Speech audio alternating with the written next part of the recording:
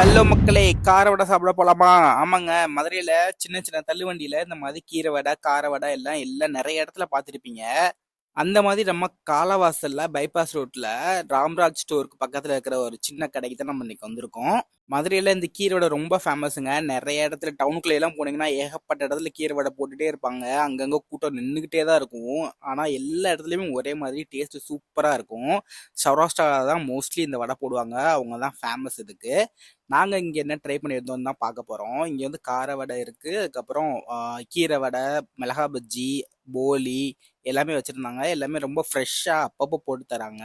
இவங்க எப்பவுமே இந்த ராம்ராஜ் கடைங்கிறத இவங்க ஷாப் ஓப்பன் பண்ணி அங்கதான் வச்சிருப்பாங்க. எப்பவுமே அங்கதான் இருக்கும். ஃப்ரைடே போனீங்கன்னா ரொம்ப கூட்டமா இருக்கும். ஏன்னா ஃப்ரைடே வந்துட்டு இங்க சந்தை போடுவாங்க. அதனால ரொம்ப கூட்டமா இருக்கும். சாட்டர்டே சண்டேலயும் கூட்டமா தான் இருக்கும். மற்ற நாள் போனீங்கன்னா கொஞ்சம் ஃப்ரீயா இருக்கும். இவங்க அந்த வடைக்கு ஒரு பருப்பு பொடி மாதிரி அப்படியே மேலே போடுவாங்க. அந்த பருப்பு பொடியோடு சேரும்போது அந்த வடையோட சாப்பிடும்போது ரொம்ப சூப்பராக இருக்கும். நாங்கள் இங்கே என்ன வாங்கியிருந்தோம்னா மிளகா பஜ்ஜி வாங்கியிருந்தோம். 4 பீஸ் 10 ரூபா. ரொம்பவே நல்லா பெருசாக இருந்துச்சு மிளகா பஜ்ஜி. நல்லா டேஸ்ட்டாகவும் இருந்துச்சு, ஃப்ரெஷ்ஷாக இருந்துச்சு.